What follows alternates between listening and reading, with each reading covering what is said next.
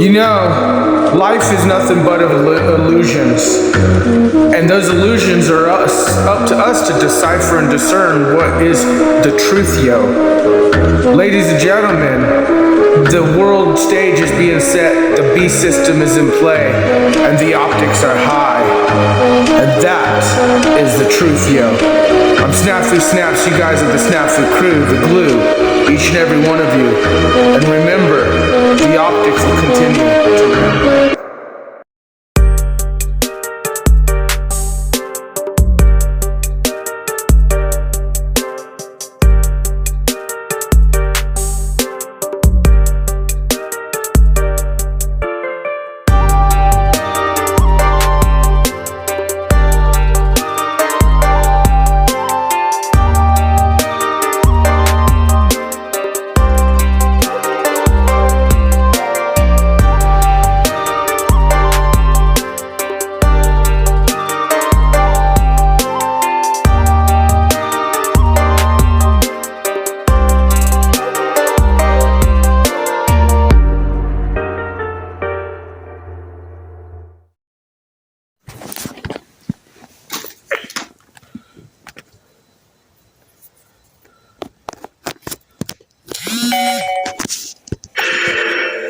Joseph Mengele, the notorious Doctor of Death.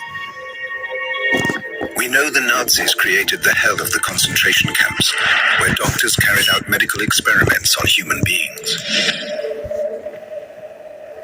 But Joseph Mengele was not the first killer in a white coat, and he wasn't the last.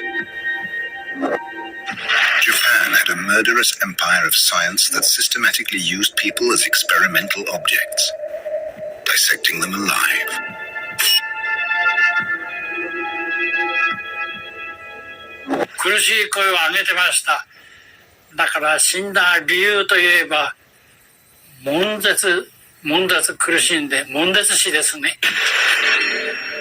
Japanese scientists perfected biological weapons in occupied China.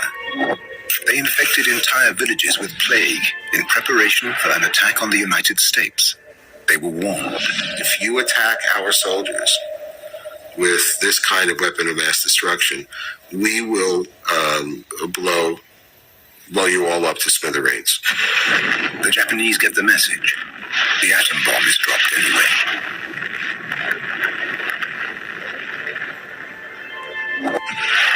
For America, it's an opportunity to gather data on radiation poisoning. After 1945, the Japanese experimenters will find they're needed by the victors, while secret services on both sides of the Cold War now pursue new goals, like mind control. In the battle for world domination, there's no morality. What counts is results. The scientists experiment with poisons and with drugs.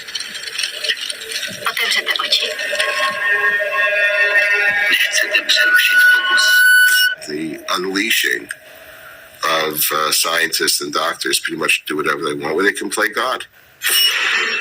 Bizarre experiments are carried out on both sides of the Iron Curtain. Joseph Mengele is dead.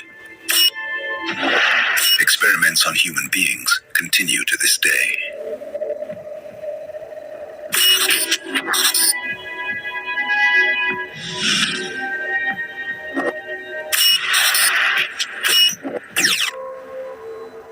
A German concentration camp in World War II.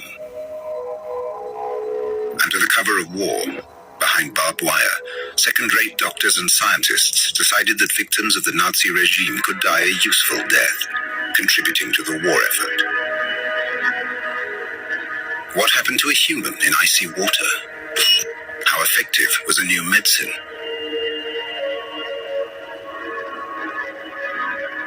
How could airmen survive at high altitudes? Academics like Dr. Joseph Mengele could work towards a professorship. They could test poisons or satisfy their private perversions by collecting human tattoos or making shrunken heads.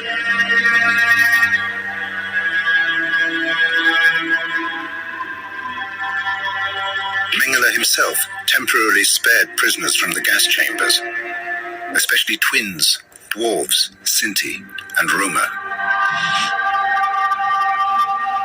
It's still not always clear exactly what he was trying to find out.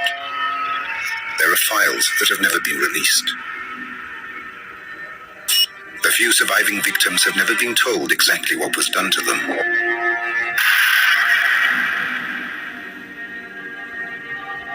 In Dachau, Soviet prisoners were suffocated in pressure chambers, testing the effects of flights to the stratosphere. The experiments were recorded in pitiless detail, recounted to the Nuremberg trials after the war. The report describes the victim's reactions: spasmodic convulsions, agonal convulsive breathing, chronic convulsions and groaning. The yells aloud, convulses arms and legs, grimaces, bites his tongue, gives the impression of someone who is completely out of his mind. But there were doctors of death who were never tried, who never even had to go into hiding.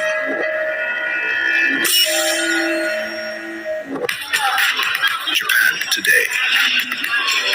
For 3 generations, it has looked to the future. The existence of Unit 731 was only acknowledged in 2002. It was the brainchild of General Ishii. After the terrible experiences of World War I, the great powers of Europe outlawed chemical and biological weapons. Ishii made sure he was fully informed about the situation in Europe. Then he created Unit 731. 彼はなぜ、細菌戦部隊というものを作ることを考えたかというと、ジュネーブ条約というものができてからまず化学兵器というのがあまりにも残酷であるということで、禁止されたと。それから細菌兵器についても同じように禁止されたと。そこに目をつけて、それだったら日本がその兵器を使ったらどんな戦争にも勝てるんじゃないかというふうに考えたわけです。1931, Japanese troops blow up their own railway line and use it as an excuse to invade the Chinese province of Manchuria. The timing is perfect. China is already weakened by civil war.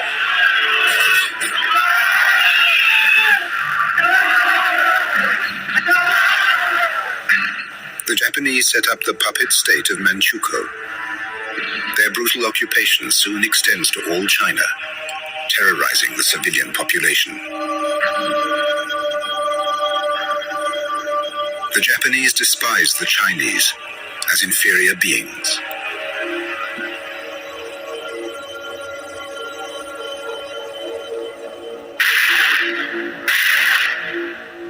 何でもできる。日本では許されないようなことができるっていうことも一つの理由でしたけれども、一番大切な人体実験というようなこともいくらでもできると、そういうような理由で満州に作られました。Manchuria becomes the testing ground for General Ishii's Unit 731. Officially, its job is combating epidemics. In fact, it's there to cause them. The Japanese bioweapons program grows exponentially.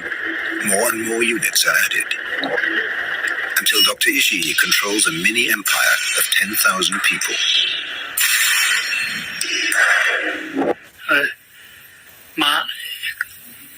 私たち下の者から見ると非常に怖い人でした。気違いじみたい人でしたがね、例えば、軍機風紀の検閲と来るとかあるときに、他の部隊行ったときに突然衛兵に殴りかかる。In Harbin, General Ishii opens a research center with its own prison wing, where the prisoners are prepared for experiments. His doctors carry out fatal low-temperature and low-pressure experiments, just like in Dachau. But above all, his men infect human beings with plague and then dissect them alive without anesthetic or painkillers so that the results will not be compromised. Ken Yuasa is one of these military doctors. He was born in 1915. He deeply regrets his actions in those days and is prepared to talk about them.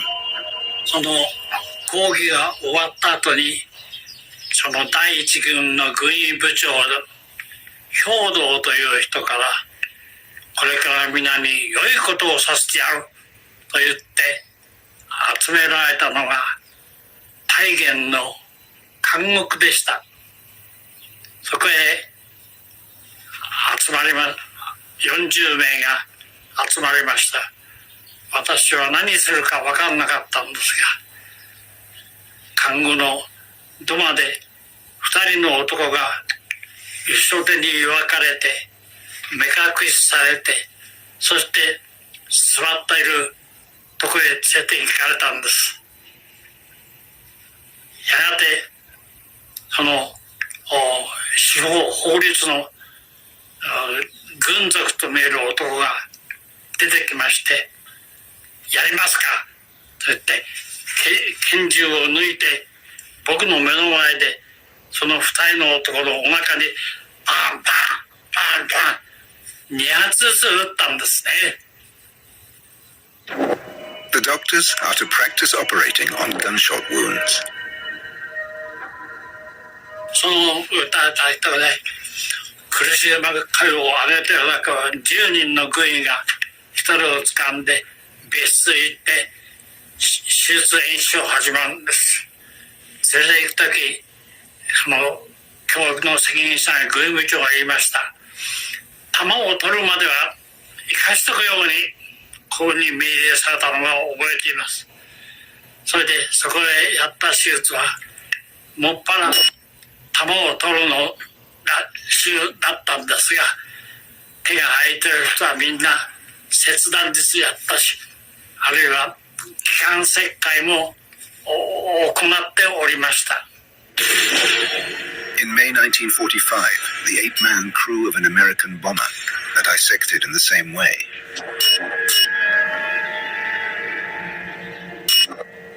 それでおそらく数千名の看護婦、可視化衛生兵、それから軍医をあさっと1万人にもなる人が生体解剖にタッチしてる。しかし話してるのは私だけなんです。In Harbin, the unit have their own aeroplane. They use it to spray biological weapons over villages and towns. They experiment with anthrax, the plague, cholera, and tularemia. Once the disease has broken out, the unit examines the dead and the sick.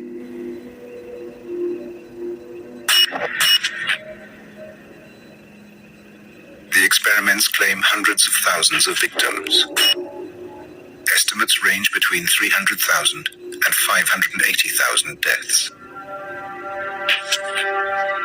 To test weapons like firebombs, cluster bombs, and ceramic bombs filled with plague-bearing fleas, humans are tied to stakes at fixed distances from the explosion.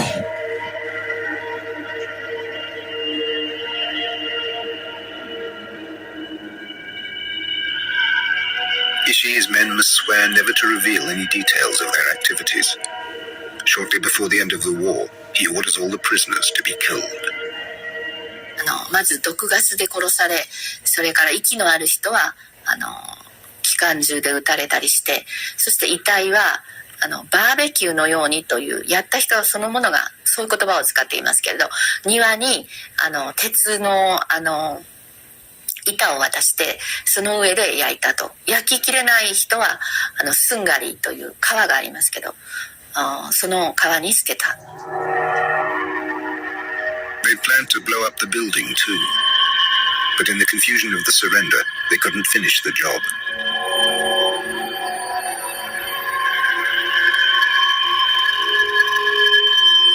Ishii's bioweapons were to be deployed against Russia and the USA. balloons would carry bombs across the Pacific to the west coast of America. Towards the end of the war, the US captured giant Japanese submarines. These are pictures taken at the surrender. Each of the 3 completed submarine cruisers carried 3 seaplanes.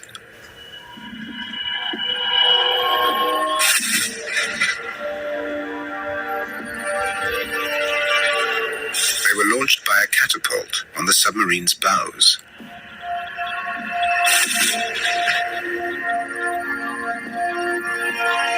A few years ago, it was discovered that the Japanese planned to use them to launch biological weapons against US troops. The targets were the island of Saipan and even the city of San Diego in California. American intelligence had found out that this was going to take place, and they sent a message to the Japanese war cabinet. If you do this, we know the bunkers, we know where Hirohito lives, we know where the war cabinet lives. If you attack our soldiers with this kind of weapon of mass destruction, we will blow you all up to smithereens. The threat works. The attack never takes place. The emperor and the war cabinet survive. Unlike Hiroshima and Nagasaki.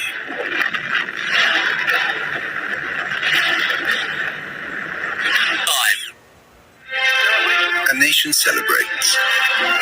But already the game has changed. The Cold War has begun. When General MacArthur accepts the Japanese surrender on September the 2nd, 1945, the Americans are not alone. Another ally is present. Russia. It declared war on Japan just 3 weeks before and has occupied Manchuria. The sun has set on Japan and its empire. The nation that cowed and tyrannized all of Southeast Asia is disgraced. Supreme Allied Commander General MacArthur promises to deal with them with a firm hand. The Major taking all necessary dispositions to ensure that the terms of surrender are fully, promptly, and faithfully complied with. General Ishii realizes he will very likely be charged with war crimes. He also knows he has an impressive bargaining chip. The US Secret Service reports that certain Japanese biological scientists are offering the data from their experiments, but are afraid of being prosecuted. MacArthur starts to negotiate. He has to stop the Russians getting hold of the scientists and their data.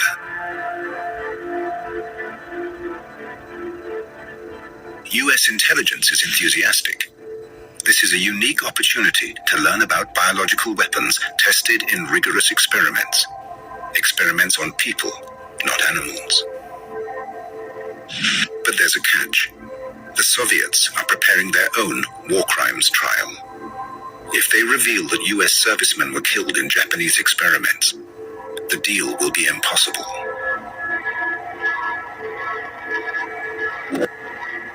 And in Germany, Nazi doctors have just been tried for similar crimes. More trials are planned. For your said crimes on which you have been and now stand convicted, Military Tribunal 1 sentences you, Oscar Schrader, to imprisonment for the full term and period of your natural life, sentences you to death by hanging, to death by hanging, to death by hanging, and may God have mercy upon your soul.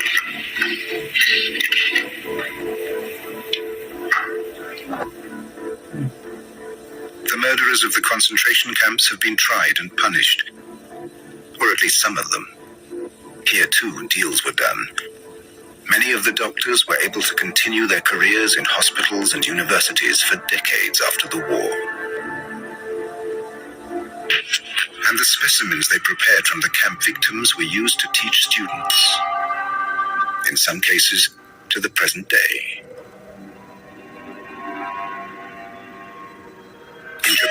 Ishii's data is too tempting to turn down. 1950. War breaks out in Korea. The first proxy war of the superpowers. The United States considers deploying biological and nuclear weapons. The communists accuse America of launching biological weapons from Ishii's arsenal against China. America accuses its enemies of a concerted campaign of disinformation. The dispute continues to this day. But there are strong rumors that Dr. Ishii is once again active behind the scenes. その続きとして石井四郎は、細菌戦を指導するためにアメリカの飛行機に乗って、朝鮮に行ったんだというふうに言う人が何人もいます。それからその見返りにもらったお金をみんなに分けているんだと。それはある意味での口止め料でもあったわけなんですけれども、731部隊がやっていたことに対する。An international commission of left-wing scientists investigated the accusations against the Americans. They found traces of the same insects and strains of bacteria used by Ishii in his experiments. Bacteria and animals not normally found in China.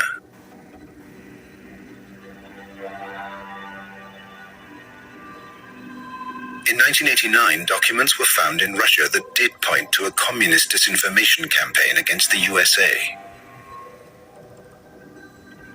But many experts find the wartime evidence convincing. 朝鮮戦争で、行われたと言われている細菌戦の、特に爆弾の形とかですね、それから昆虫ですね、そういうものが731の研究をそのまま踏襲したものであるということが科学的にも証明されていますので、何らかの形の実験的なものにしろ細菌戦をやったというのは事実ではないかというふうに私は思っています。The commission spoke to witnesses who claimed to have seen American planes dropping cartons, canisters, feathers, and masses of insects. They also questioned American prisoners of war who made confessions while in North Korean hands, and later retracted them when faced with a court-martial back in the US. This second lecture was given at K-46, the advanced base of the 18th Fighter Bomber Group in Korea here. This lecture was given on the 22nd of January 1952. This lecture was much more complete on the bacteriological weapons which we would be using. This lecture lasted for approximately 2 hours. Then the only other instruction I received, of course, was the order to carry out my germ warfare mission. Senator O'Neill, it has been alleged by Chinese communist sources that you have confessed to participation in so-called germ warfare bombing raids over North Korea. Would you care to make a statement regarding these charges? I most certainly would. I would like to state that these charges are false and absurd. I did sign a confession relating to germ warfare, but the statements contained in this confession were false. They were obtained under duress from the Chinese communists. And by making these statements, I deliberately attempted to put in as much as was false and ridiculous as I could possibly get away with. It's very curious. A large number of strange confessions are coming out of the Korean War. The CIA believe that they're being extracted using drugs and brainwashing techniques. They begin to fear the communists are ahead in the development of psychotropic substances. But where could they be getting their expertise from?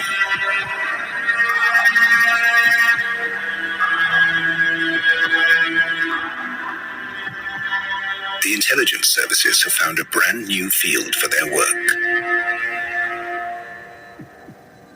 The subject reaches the desk of the new director of the CIA, Alan Dulles. Joseph Douglas was then a senior analyst for U.S. government intelligence agencies. Within about 3 weeks after Alan Dulles was appointed director of the CIA, he gave a talk to a group of his Princeton friends, which was on brain warfare, and which he told about a new phase in warfare in the Cold War had been entered into, and that the Soviets were involved in the development of drugs which made the people act as though there was some hidden master whose instructions they were reporting as though they were a phonograph machine. And our inability to really react the way we should, because it is such a way of thinking that we deplore, something that we don't want to deal with. It's like having to go into areas that we don't want to admit even exist. This new form of chemical warfare has emerged in the Korean War. A North Korean propaganda film shows the preferred torture methods of those years, including brutal violence and waterboarding.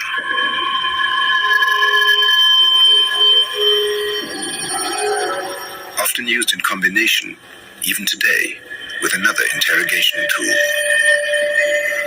drugs.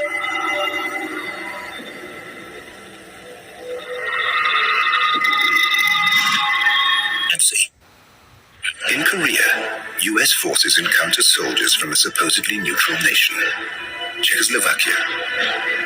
They're here to run a field hospital behind North Korean lines, officially for humanitarian reasons. Unofficially, they're working under the direct instructions of the Soviet Union, helping them prepare for World War III. We know this because in 1968, a Czech general, Jan Šejna, defected to the West. Šejna was then the highest-ranking officer of the Warsaw Pact ever to change sides. He knew exactly what his countrymen were doing for their Soviet masters. Šejna claims that the Czech field hospital existed to carry out experiments on prisoners of war, including Americans. Bohumil Aiselt is the only surviving doctor from that hospital. To je vyslovená účelová lež. To se vždycky takovýhle lži vymyslejí, že to, protože ten sám o sobě to byl účel dobročinný, dá se říct. This is the hospital where he worked.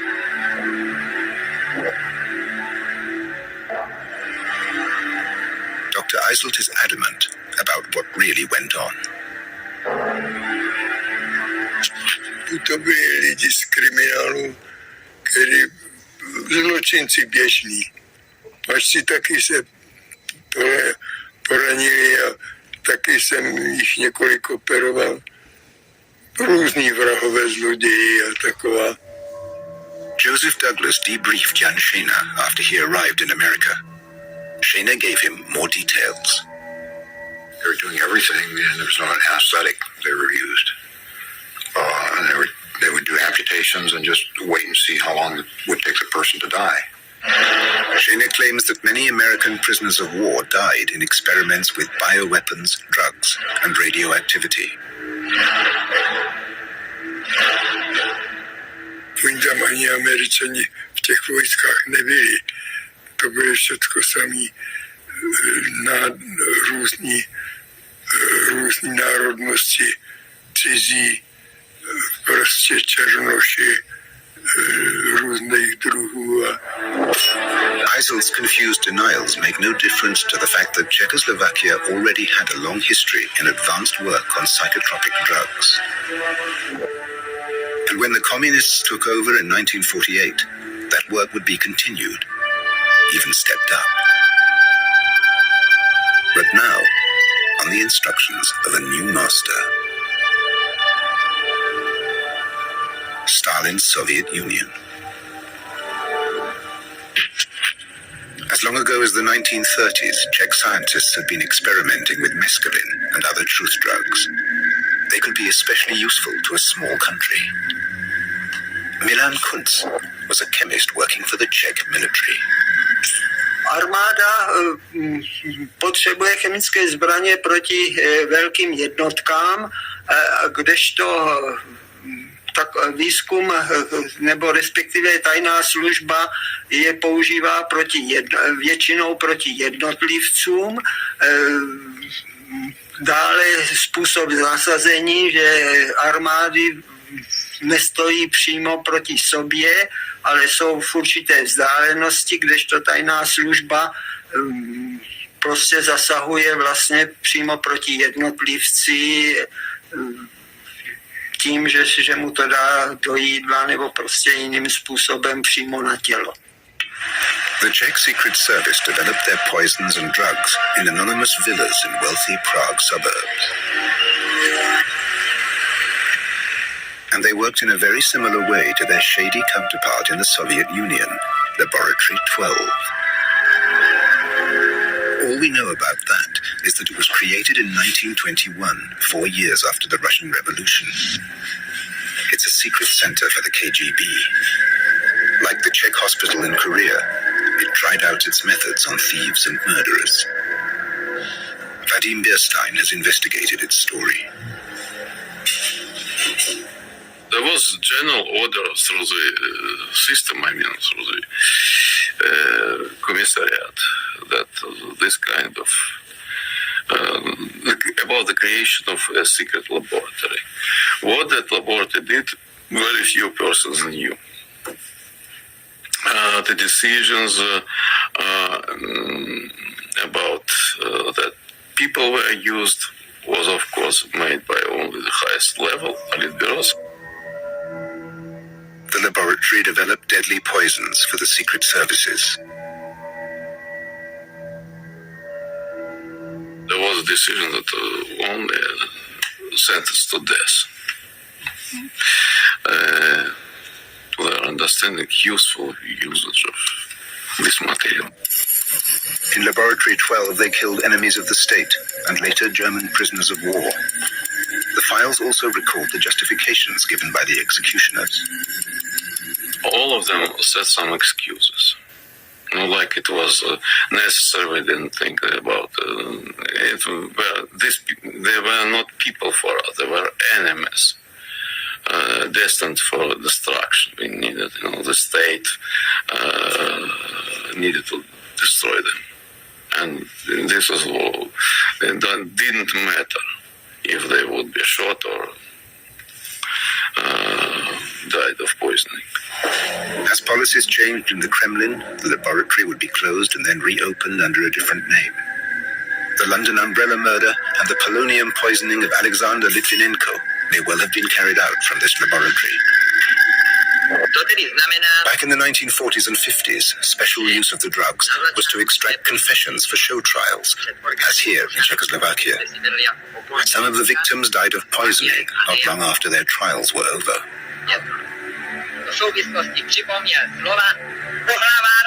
Later, Emil Svech was a political prisoner for 15 years, and he was repeatedly interrogated.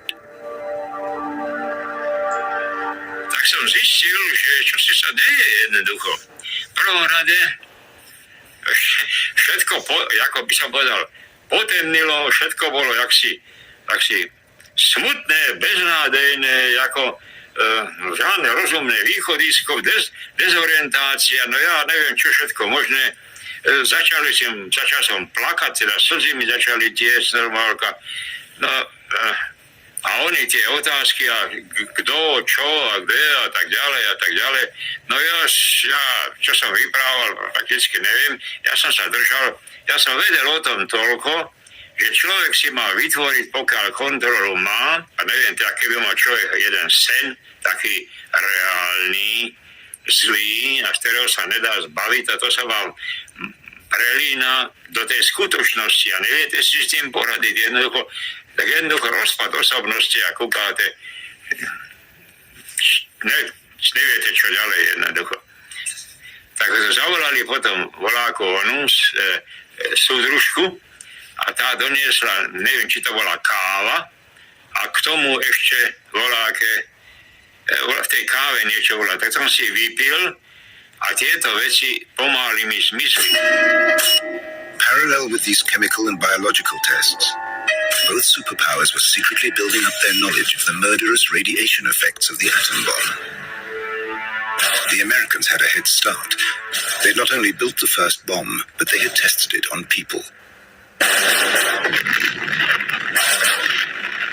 As soon as they could, the Americans sent in teams of doctors and cameramen to observe and record the medical effects of the blasts at Hiroshima and Nagasaki on adults, children, and infants.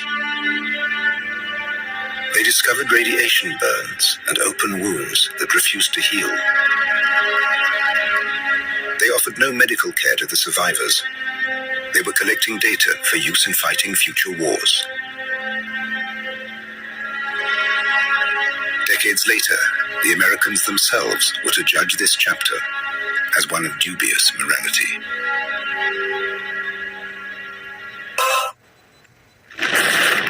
Peacetime atomic tests continue.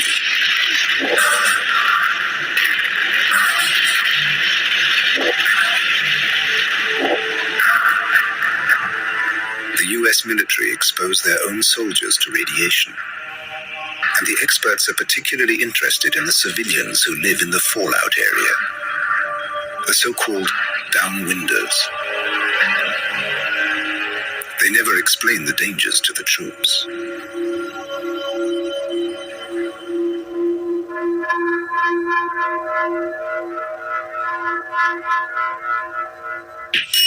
The Soviet military are even more careless with their soldiers' lives. They're desperate to catch up. At the Totskoye atom bomb test, some 45,000 soldiers and prisoners are deliberately exposed to radiation.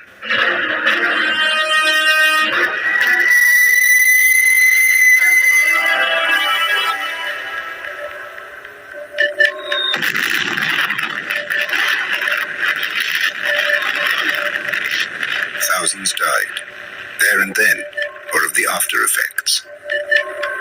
This test was and remained top secret.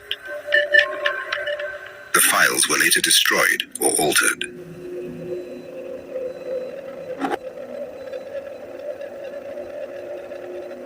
At Totskoye, they also used animals tethered at precise distances from the epicenter of the blast.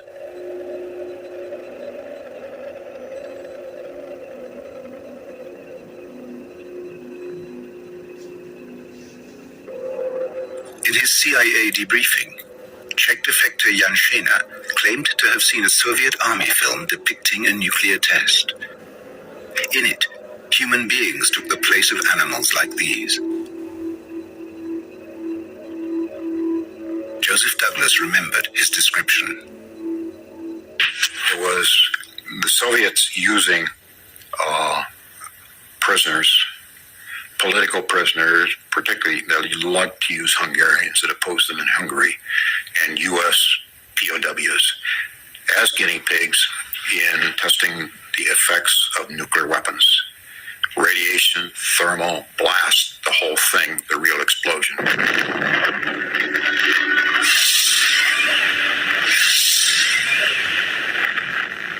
at spaced intervals from the ground zero, they would have men chained so that they could see the effects of the weapons on the men at different distances. Šejna claimed to have seen the film at a special showing for the Czech General Staff.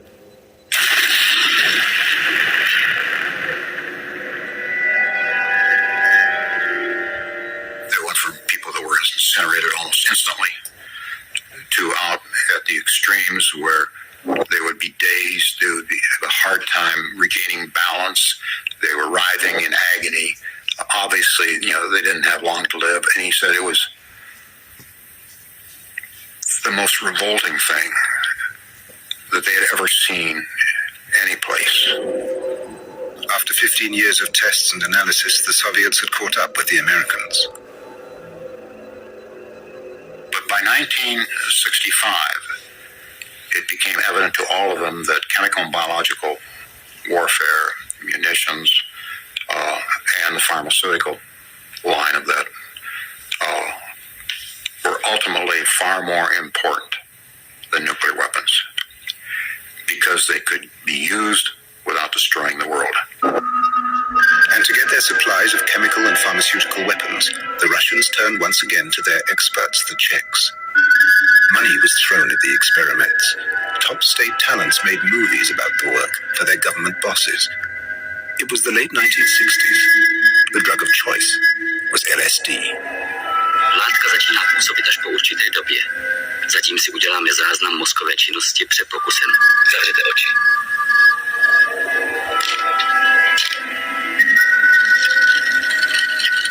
Otevřete oči.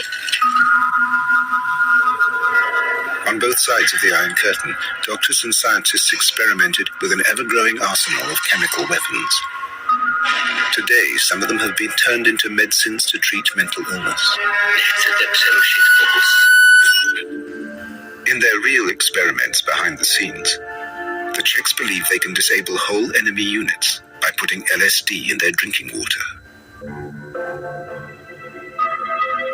These volunteers, senior officers, are tested on their decision-making skills after taking LSD. How will they fare in a fictional crisis?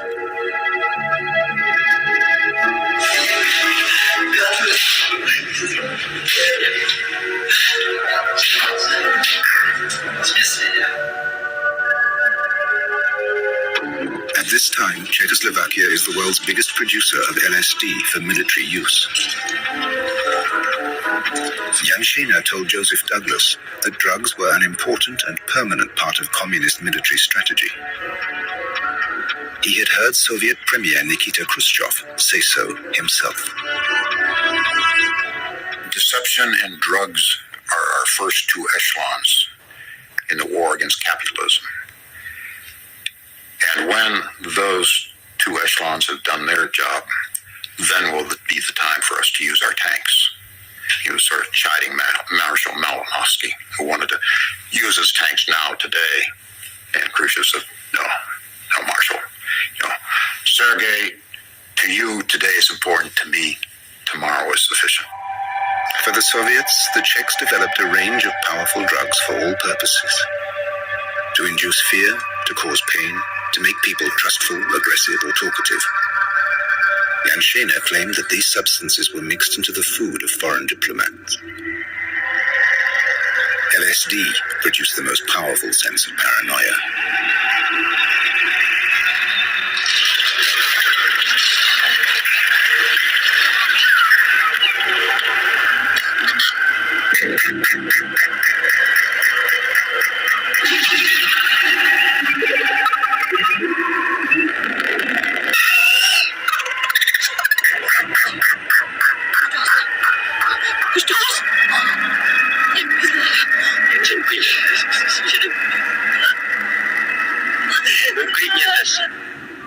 The Czechs said they could produce any state, from tears to madness.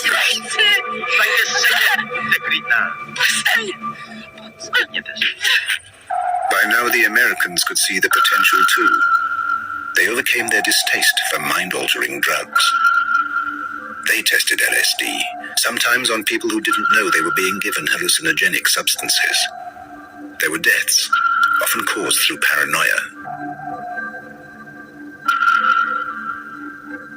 The CIA wrote a wish list of what they wanted to achieve. Mind control, fake illnesses, truth serums, implanting and erasing memories. When Joseph Douglas debriefed Czech General Janshina, he discovered that the Soviets had something similar. It's a pretty good list. It almost corresponds item by item with the CIA list. Amazing. When America got onto something, it was soon time to make it public.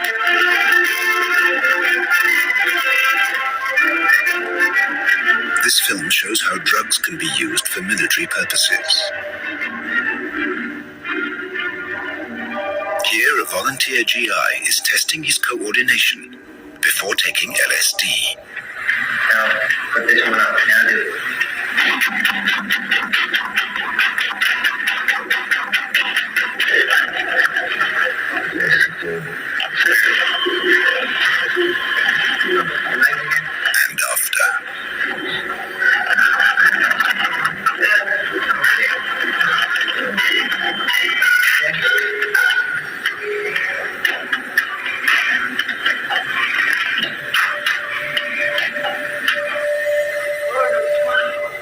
soldier is a volunteer too. But not everyone was. The actual experiments on humans conducted by the CIA were very numerous and believed to be very damaging by many people. Experiments like this, in sense deprivation. The withdrawal of sensory input can lead to hallucinations and madness. There are reports of experiments that ended fatally. The CIA has destroyed most of the files. Some journalists have tried to get them released. But nobody in the intelligence community wants to do that, or the government, because of what it would reveal. And that leads to United States war crimes and possible murder and a very, very messy picture.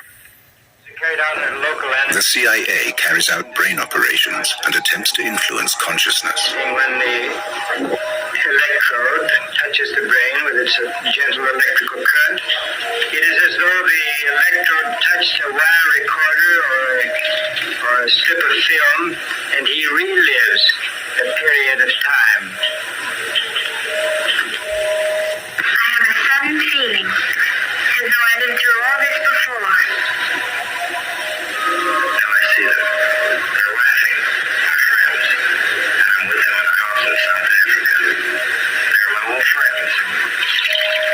The aim of experiments like this is to produce suicide bombers who have no idea what they've been programmed to do. The search continues for personality-changing drugs, new nerve poisons, and for antidotes and defenses against the drugs the enemy might invent. And humans are needed for all these experiments. The scientists of the intelligence community reject experiments with animals, not out of some sense of animal welfare, but because they know that animal reactions bear no resemblance to the effects of a drug on humans. That's why the ideal guinea pigs are fit and healthy enemy prisoners. The US has never gone that far. In the Vietnam War, they allowed Seventh-day Adventists who refused to fight to volunteer for medical tests instead. At a high-security unit at Fort Detrick, they were exposed to anthrax, plague, and tularemia.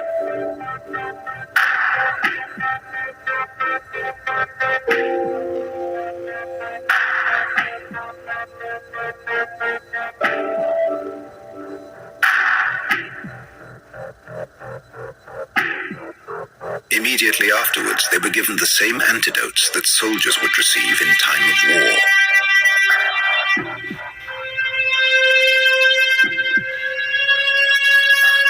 It could be a painful recovery, but the US authorities consider this the perfect ethical experiment.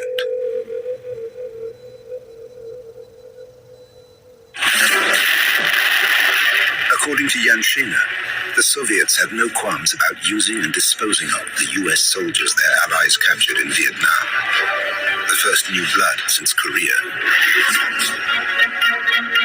Schener said they flew the Americans first to Prague, where they could be quarantined against tropical diseases. That's where he saw them.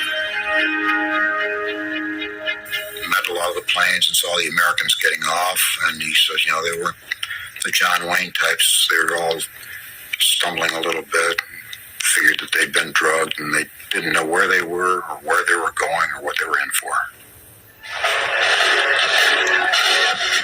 The collapse of the Soviet Union and the end of the communist bloc might have put an end to the competition between the powers. But it hasn't been quite that simple. The new Czech and Slovakian republics have now joined the European Union and NATO. In the First Gulf War, Czech chemical and biological experts fought side by side with the Americans against Saddam Hussein's armies. Maybe that was only right. They'd almost certainly had a hand in training the enemy.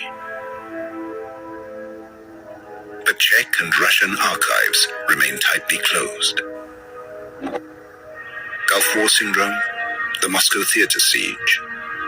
Development, stockpiling, and testing continue on all sides. The mentality of these Secret Service people, that they are gods and everything they are doing is really good for the state. It goes on right now the same way, this mentality and these ideas.